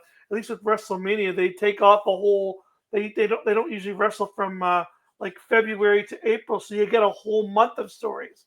So now you're kind of rushing it with these 3-week stories, and now you're kind of getting things that aren't hitting, things that aren't connecting with the fans. Some of these things are just filler. They're being rushed. So honestly, they could have taken like 4 or 5 of these matches and put it on one night. You could have taken the main event from last night, the John Cena thing, maybe a few matches from tonight, put it in one night. Would have been amazing. So you're basically saying it feels like a cash grab. So here's $1 million question, Mr. Dasko. I don't have $1 million. I'm kidding. Okay. If they didn't drag out the event to 2 days, do you think we would have seen the controversial move at the end of tonight? Or you think it would have been enough action to keep the controversy out of it in 1 day? I still think you would have seen 100%. They would have. The thing that they probably had this planned for a while now, that this is what they were going to do. I'm assuming this wasn't just a last minute decision. I think that because John Cena and Brock Lesnar do have a lot of history together. And I do kind of see why they're doing it because, if John Cena is having this sort of last run at it where you're not going to see anything left of John Cena past his last scheduled date in December, maybe they're thinking, well, let's tie up this story with John Cena and Brock Lesnar because they have had so much history together from the early 2000s. Then later on in his career, when Brock Lesnar went to the UFC, came back the night after WrestleMania, who shocked the world in one of the best returns to wrestling ever to take out John Cena. They had a good feud there in the early 2000s and mid 2000s. So they have a lot of history together. Their careers have been tied in many ways. Maybe they're just trying to tie up loose ends because they won't be able to do it past this year. And they did kind of acknowledge that a little bit today on their post show by saying, well, we do want to tie up this loose end with John Cena, Brock Lesnar. But again, you're going to keep coming back to this controversy. We're going to keep coming back to this this elephant in the room, no matter how you want to put it, no matter what perspective you got to put it in. We're still going to come back to this part of the whole thing. And I just don't know how it's going to go. Yeah, the crowd was hot tonight. The crowd absolutely went unglued for it, right? But as Jacob said, once time settles in, maybe more people, the stories, you're going to hear about it. Once again, about the litigations and the accusations are going to come ramping right back up now. Well, the fans start going, oh, yeah, right. And then it'll turn into a bit of a PR nightmare. And not only that, will turn into a bit of an unwatchable product where the fans kind of go, I don't really want to support this. Well, it could happen. I mean, you look at just like the politics in the room behind it, right? It could bring a lot of drama to the league itself, right? So it's a very unique decision that they made to do it when they did, and it'd be interesting to see what the outcome is. Like I know he's a name value guy. I get it. Brock Lesnar is a name that will always be like for wrestling fans. He's like a Stone Cold. He's a Hulk Hogan. He's a name, right? And at the end of the day, they didn't just bring him in because of who he is. They brought him in because at the end of the day, he will sell tickets. He's a name that when you hear the name Brock Lesnar, you get excited. When you hear that music, that whop whop whop, you're like, oh, stuff is about to go down. I can't swear. I can't say I can say shift. I can't say the other word. But that stuff. I'm just gonna say stuff's about to go. When you hear that music, he's intense. He comes in. He looks intense. He's got a big build to him. He's very strong. He's able to throw people around. He's got this like explosiveness to him. He's always been considered to be this kind of, they call him a beast, where he's got a bigger build. He's just very strong, very like animalistic in a way that the wrestling fans seem to love. And I get why they love him, because he's more of a chaotic, like his matches are like done in 3 minutes. It's like boom, boom, boom. Oh my goodness. Up and smash, Donkey Kong smash him, and it's over. But Nintendo 64 style. So are they testing? Are they testing the waters of sort of like because of Cena's leaving? And I guess a question for you, Lane, is like, who is sort of that next pedigree of superstars like we've known The Rock, Stone Cold, Undertaker, Mankind, like those legendary, like who is that sort of next wave? And right now, is that sort of a lull period for them to say, okay, this guy's going to sort of give us some attraction. We're staying headline. Like, is there another class, or are they sort of like still trying to create storylines to create that next? Like, where are they? So it's kind of weird. They do have a guy in Cody Rhodes who got his swan song performance tonight with John Cena. Cody Rhodes is a guy who has been in the WWE for many years. He left to go do his own promotion, kind of wasn't really fitting in. He left to go do his own show, has found his way back now, where he's now the face of the company. He is the guy now who's going to carry this company into the next generation for a bit. We're signing the autographs, doing the Make-A-Wish, and I think tonight was the night where John Cena was able to actually go out there, and for the first time in I would say almost 4 years, maybe even 3 years, really, where John Cena was able to perform at a level that he felt comfortable tonight, to give Cody Rhodes that future to put. And you saw when the night ended before the controversy, Cena completely raised his hand and was like, "This is your guy. Like, this is your guy. This is the face of the company. He's going to run it when I leave in December. They do have guys. There's a lot of guys. There's a lot of even guys like, I don't know if Triple H DX back in the day. There's a few guys. There's a few guys like I don't know if Chazzy you would know, but I don't know if you know who Scott Steiner is. But his son, he's got a cousin. Well, I don't know if it's son, but it's like cousin or something. But Braun Breaker, his cousin, he's an exciting face. They have some young talent in here that they're bringing. There's some really exciting wrestlers that are really coming into that they're bringing in here. You still got Roman Reigns, who's a box office attraction. You have Seth Rollins, who you're starting to get out there. Your women are getting better with Rhea Ripley, Becky Lynch, and Bayley. You're seeing them at the WWE, at the NHL draft. You're seeing them in movies. So they are starting to push this new generation on you here. And they do have young, exciting guys where I'm even like, this guy might not be good now, but give him 2 or 3 years from now. This guy could be the face of the company. So they do have it, but it takes time to build. But right now they're just trying to get John Cena his kind of his final curtain here so they can kind of move on to some of these younger guys to give them the option to sort of take over and revolutionize the sport even more. But time will tell. It's just I thought it was a disappointing way to end a relatively good weekend. Oh, 100%. Yeah. But I do want to move on to the very NHL. Surprising. And obviously it's a quieter time in the NHL, but we do have a couple interesting headlines. Over. The LA Kings did re-sign Alex Lafreniere to a 3-year extension worth $4.1 per year. I love this signing. 42 points last year for the Kings. I think if he doesn't go any further than that, it's a good contract. But if he exceeds this, which I think he will, this is a great contract. So I really like this signing for LA. He's a big power forward, kind of like what Dustin Brown was back in the day. I think this is a perfect signing at perfect money. Actually, I think if anything, he's a little underpaid for what the market is right now. And you mentioned, sorry, Dan.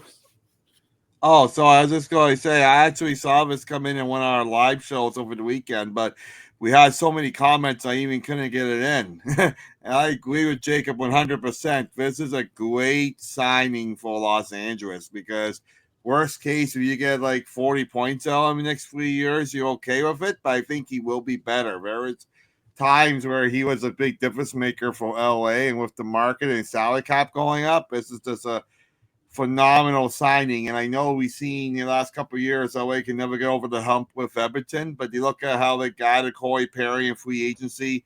You look at the key players signing back. I think this year we could see how it depends on Drew Doughty's health and his age, but if he can stay healthy, I think this year Everton Los Angeles is going to go over the hump.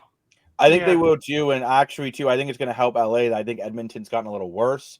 LA's gotten a little better. I don't even know if Edmonton's a playoff team right now, guys. I'm just being honest with you. I know McDavid and Draisaitl can do it on their own, but I don't know if they can do it on their own over the 2-game span enough to get them in.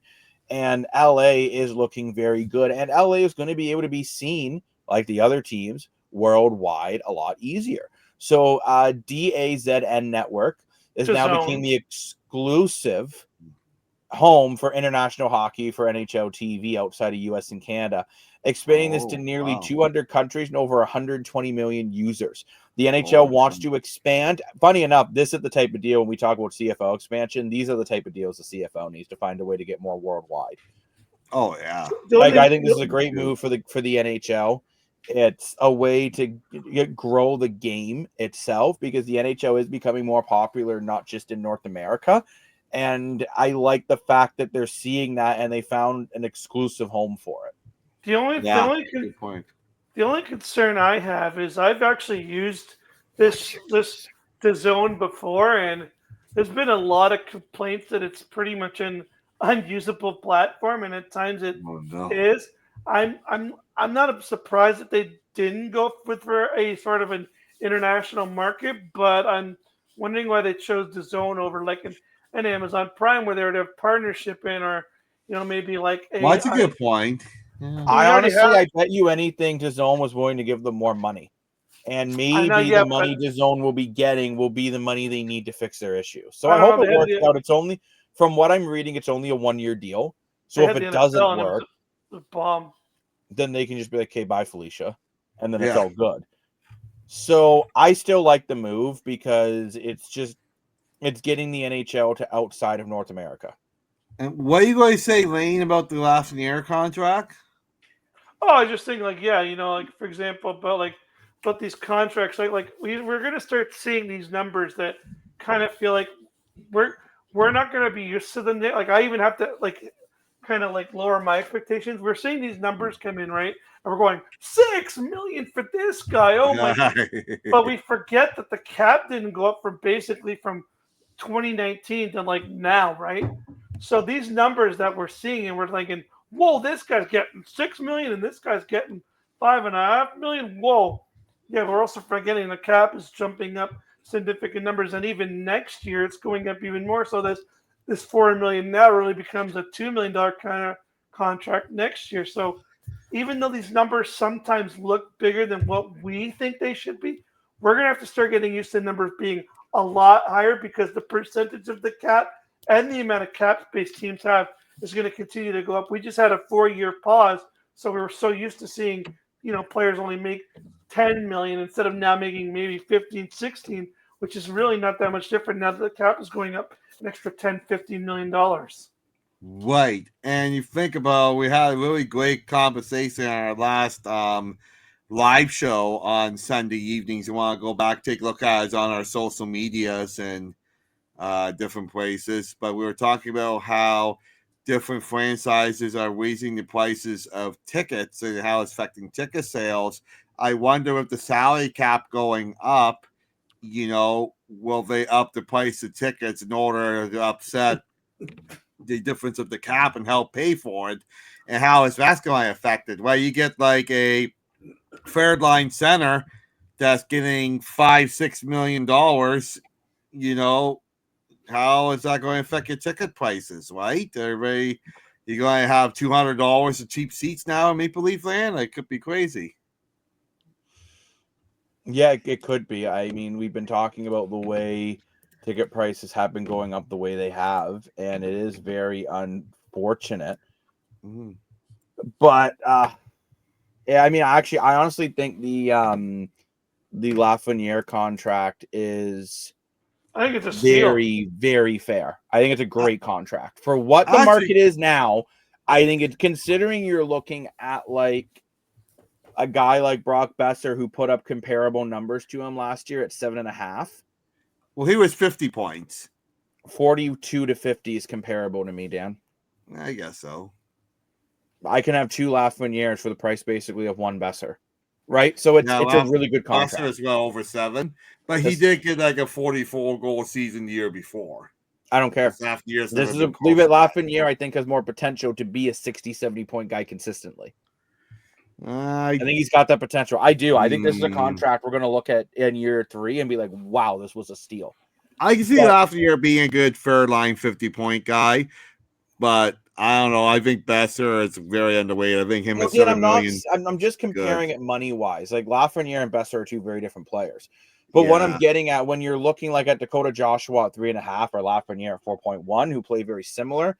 Well, yeah. Okay, he's no Sam Bennett, but he is that style of player, which those are the style of players right now that are getting paid.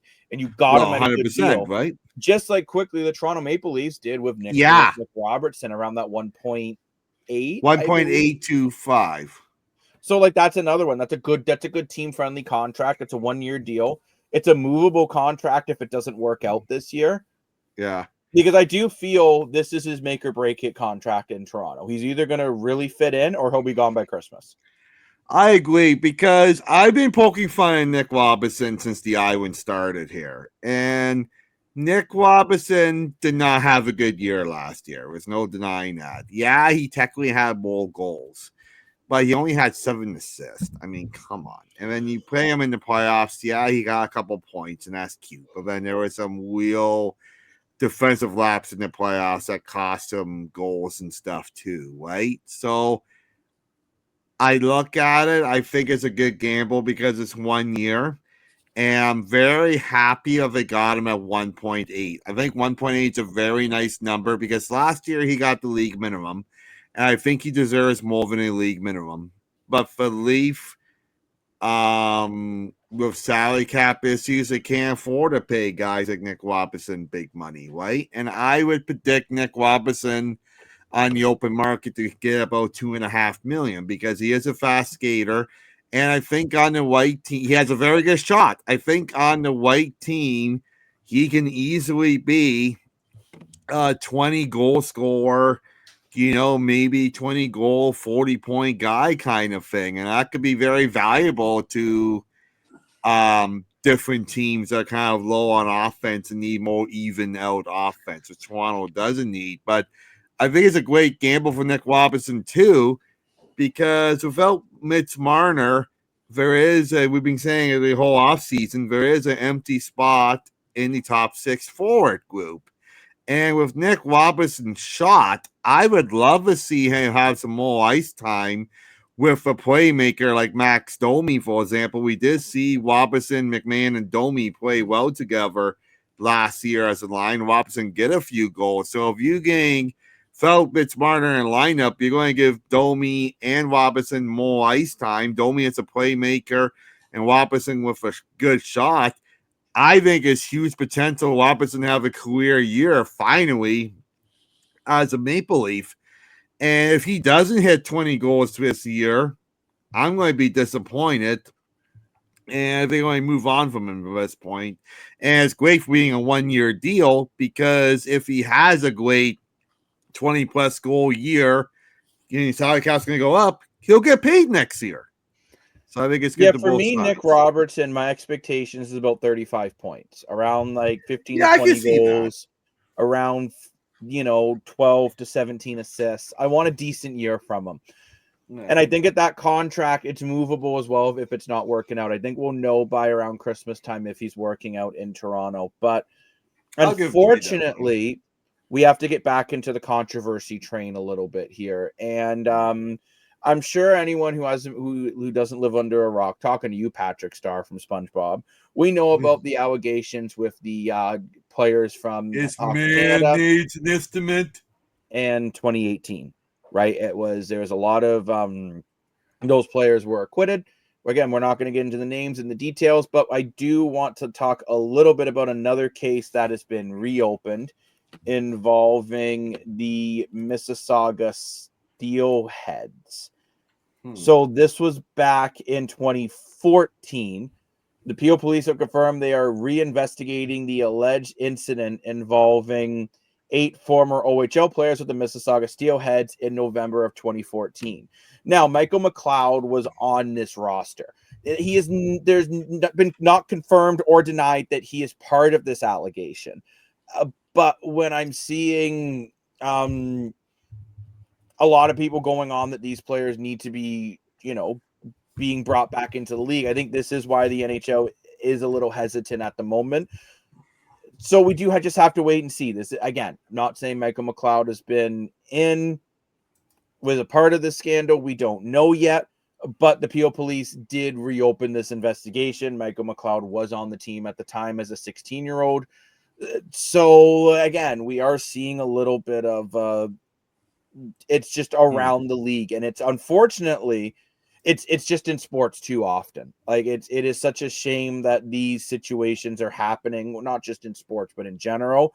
But it sucks that what sports used to be an escape for people, and instead now it's good that it's coming to light, because let's be honest, these things have been happening for a lot longer than it's been mainstream news. It's good to see that victims are coming forward and things have been taken seriously. But time will tell if what's going on with Mr. McLeod and all these other players from either that Steelheads team, because we don't know who those 7 individuals are yet. So we could be seeing more of this around in the NHL. And as further details do come out, we will update you on them with information that we know is facts. We're not going to come out here and say this guy did this or this person did that, because if it's not a fact, then we're not going to talk about it when it comes to these situations. And again, if you are commenting on the show on YouTube, please make sure your comments are respectful about all these situations. Just straight up, if we see comments like that, I'm going to have to take them down. I don't want to take down your comments. I want you to be part of the community and part of the island. Yeah, for But sure. I think now we move on from that. But it's just a topic that had to be talked about a little bit. Let's get into the NFL. NFL's right around the corner, obviously, right? It's definitely the NFL. It's August, as we say in Boucher land. It's August, and James Cook did not show up to practice. Practice? Oh, no. So Buffalo running back skipped mandatory practice and claiming it's just business as the team works on this potential extension.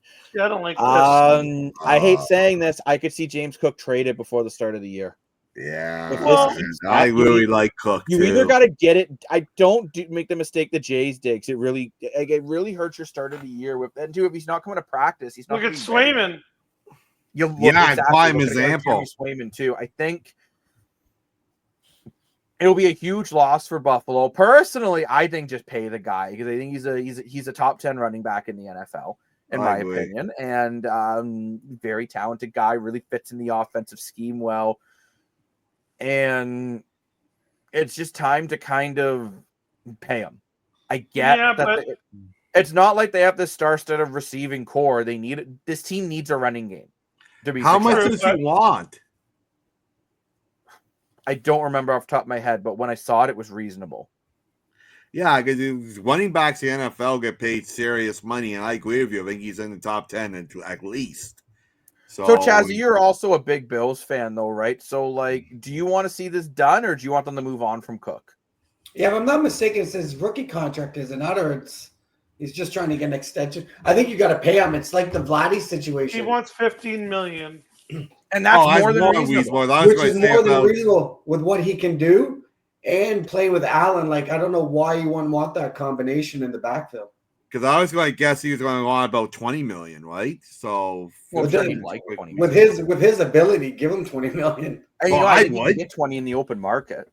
Yeah, especially with Buffalo too, because Buffalo lost Diggs, right? And their wide receiver superstars. I do wide receiver as a committee versus as a top player, which is he can catch and run in the backfield. So right, exactly. So give him his money and bring another superstar at Buffalo. You actually have someone that wants to play in Buffalo. So get him done there. And I think it's not good. Him and Josh Allen seem to really connect, so I think you just got to get it done. Yeah. Oh, 100%. Great. I want it done. Honestly, I wanted it done a month ago. We've been talking about this situation now for a couple months. Back when Lane Dashing Dashko wasn't even on the podcast yet. Was the first time we talked about this James Cook situation. So it's been quite a while. Here's what I don't understand. He's still under contract for this year. So why is he not playing? I don't care. I don't care what you want an extension. I think this is kind of pathetic. If you want to be bluntly honest, I think this is really pathetic. I find we're going to see more of this. You don't have a.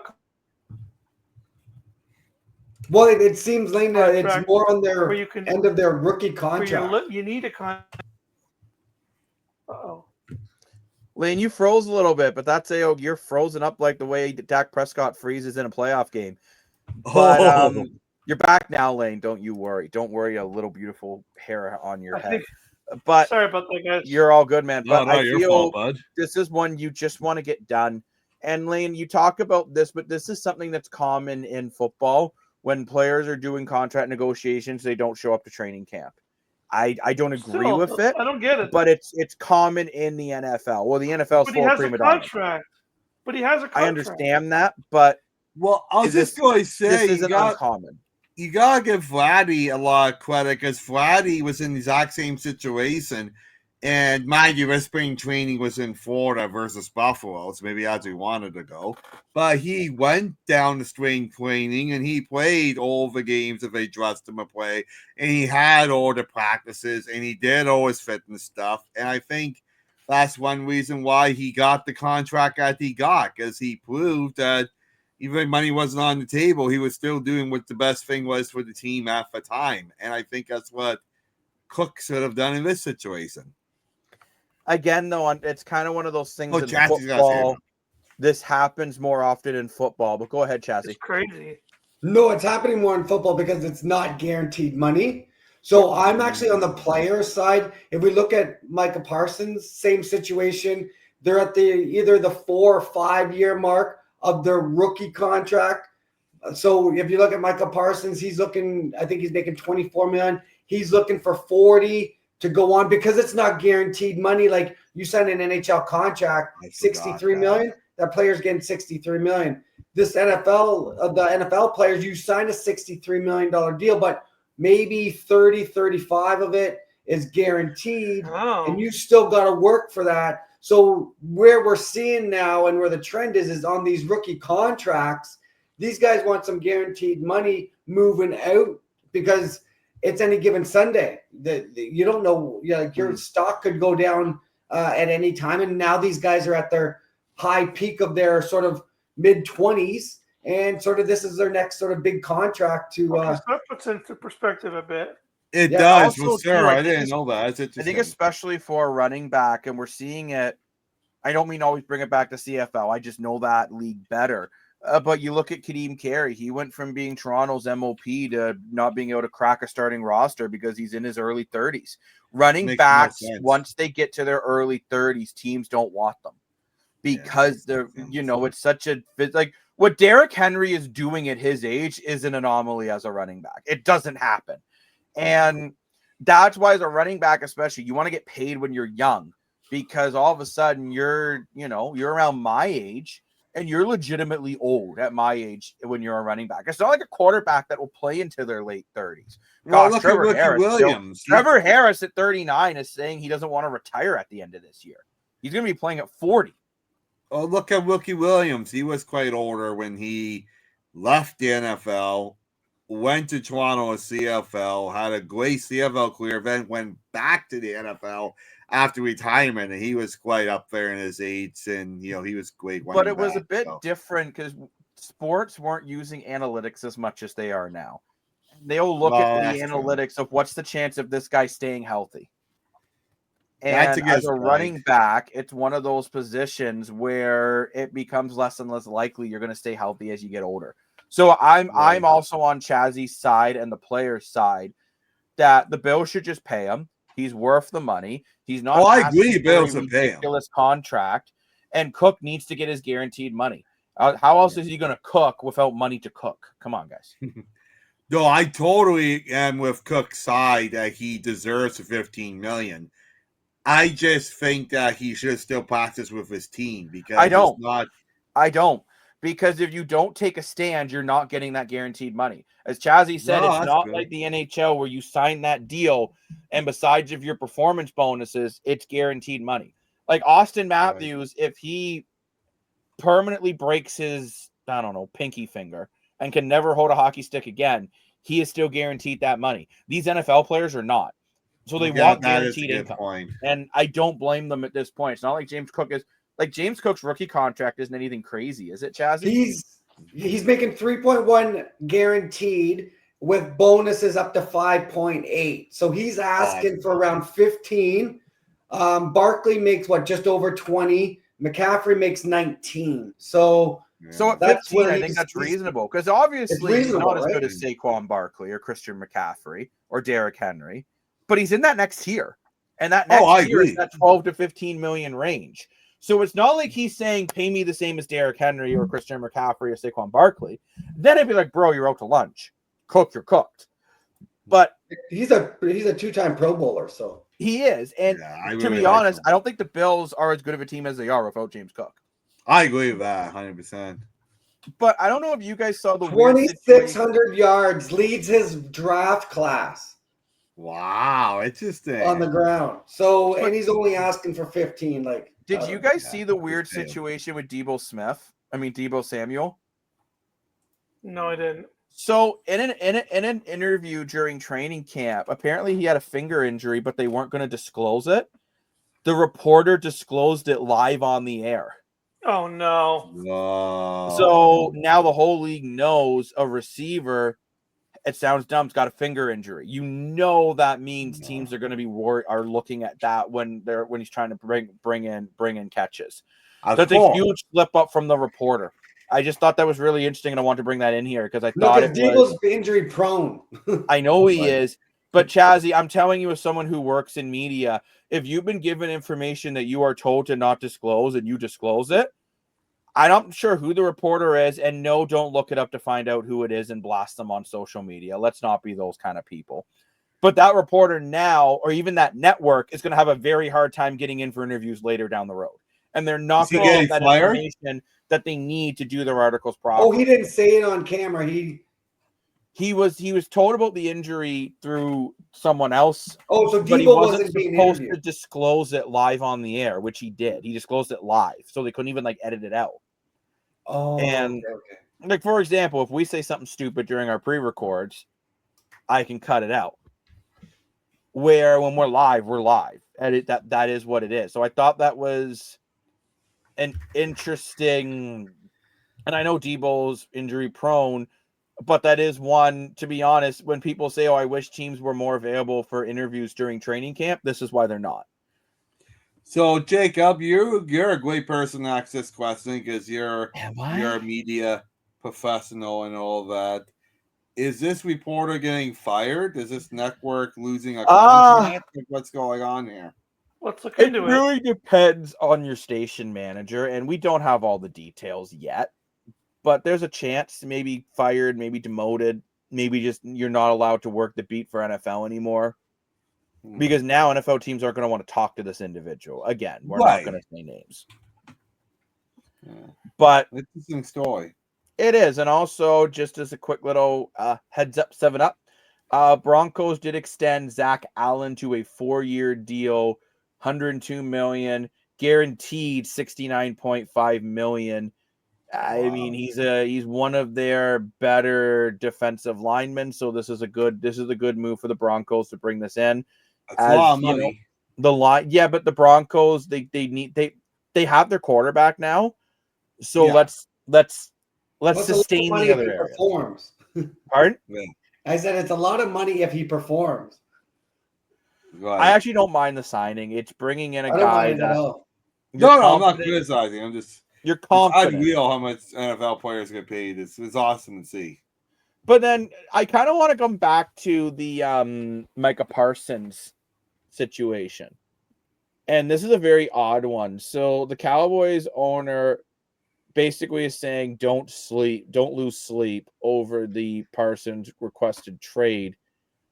But there's literally screenshots of conversations of this owner being nuts. And I think if you lose a guy like Micah Parsons, to the Cowboys, I think this might just be the first domino of this team really falling apart. Jerry just likes front page news. Jerry's an idiot. What do you mean he's got Dak? What do you mean he's got Dak Prescott? You go, here we go. I feel so bad for Cooper Kupp that they make him do the same thing. I know. I really like this owner. I like the fact that he's so passionate, and his franchise has been struggling for so long. It's nice to see an owner that cares. It'd be a mistake not signing him. They're not going to. But I don't think he's gonna, because I think he's Micah Parsons wants to be gone. They're gonna get rid of him. And like I said, it's gonna be the first domino. I wish the Maple Leafs had an owner that cared as much. I am very happy the Leafs are not owned by Jerry Jones. Because number one, if a helicopter lands on the ice, it's just going to damage the ice. That's not very good. Oh, I was just saying, move. But before we wrap it up for tonight, Mr. Morfor, you do have an island mindset about seats. So is it that make sure you get a lazy boy seat? Is it that you wish Lane would invite you over for chicken dinner at a seat at his kitchen table? What's going on here?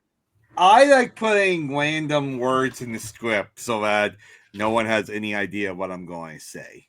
So what I'm going to say now is, as you know, if you follow the Streakers Island Gaming and Streakers Island podcast, also media channels, you would know that we went to the Jays game. Well, as humans, we have to get there to the stadium, and we didn't want to drive and pay a bunch of money for parking. So we took the GO train, which for people not knowing in the area, the GO train is a form of public transportation in Toronto here, ran by the government, that takes you within probably 150-kilometer radius right into downtown Toronto. So right into the Rogers Center and the CN Tower and Scotiabank, a famous Toronto skyline. From 150-kilometer radius, it takes you right there. So in a train to a Jays game, the Jays have been sellouts all these for the whole KC series and the other series going on in July and all that. The GO trains are extremely busy. So they have the seats set up in groups of 4, right? And sometimes it's only one person. So you sit with different strangers and different things like that. And there's a lot of people standing up in the train. And there was an order person standing, and a person in the seat had his bag on the seat beside him so no one could sit beside him. And I'm like, dude, that's not cool. Like, it's one of those things I wanted to tell him off myself. I didn't want to start for drama, but it's like, so I just want to remind people, just be kind, be curious when you take public transit, and just do the right, sensible thing, Like, if you have a bag with you and there's thousands of people on, and there's no extra room, put the bag on your lap. There's tons of space to put the bag underneath the seat. Like, there are options here, okay? So, And you know what? Just honestly, just respect your elders and people with mobility issues and those sort of things. Especially, like, you know what? Maybe let's say you're on a train or a bus that's chock full, and you see a senior citizen that is standing. Have some common courtesy if you can, and give them the seat. Well, 100%. The other thing too is don't take up a accessibility Accessibility, seat. Absolutely. Yes, I almost got myself. I say that word myself, so don't get offended, people. That's just how I speak myself. I'm from the era where that word was okay. But there are all these accessibility cars and seats and stuff like that, and people just forget and sit on them. And no, they are needed for people in wheelchairs and mobility issues, because these people are sports fans too, right? And they gotta get fair too. And why should they be stuck in family or whatever?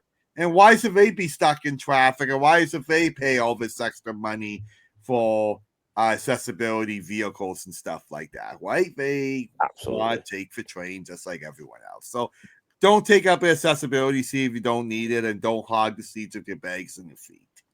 But you know what we'd like to do, like everyone else? Go to bed before 3 a.m. It's currently 2:36. Yes. Lane's passing out. Yeah. So thank you very much, everyone, for watching. I'm the self-proclaimed sports analyst, joined by our favorite CEO, better than Elon Musk, Chazzy 7.63, joined by Mr. More for Your Money, and the undisputed, the truth, the man who's going to have his own sports booth, Lane, dashing, dash. Can tell Giga's getting tired. He's not yelling, blowing up his microphone. We'll see you guys back on Thursday. It's like, and live episodes too, probably. Bye-bye. On Thursday, yes. Bye-bye.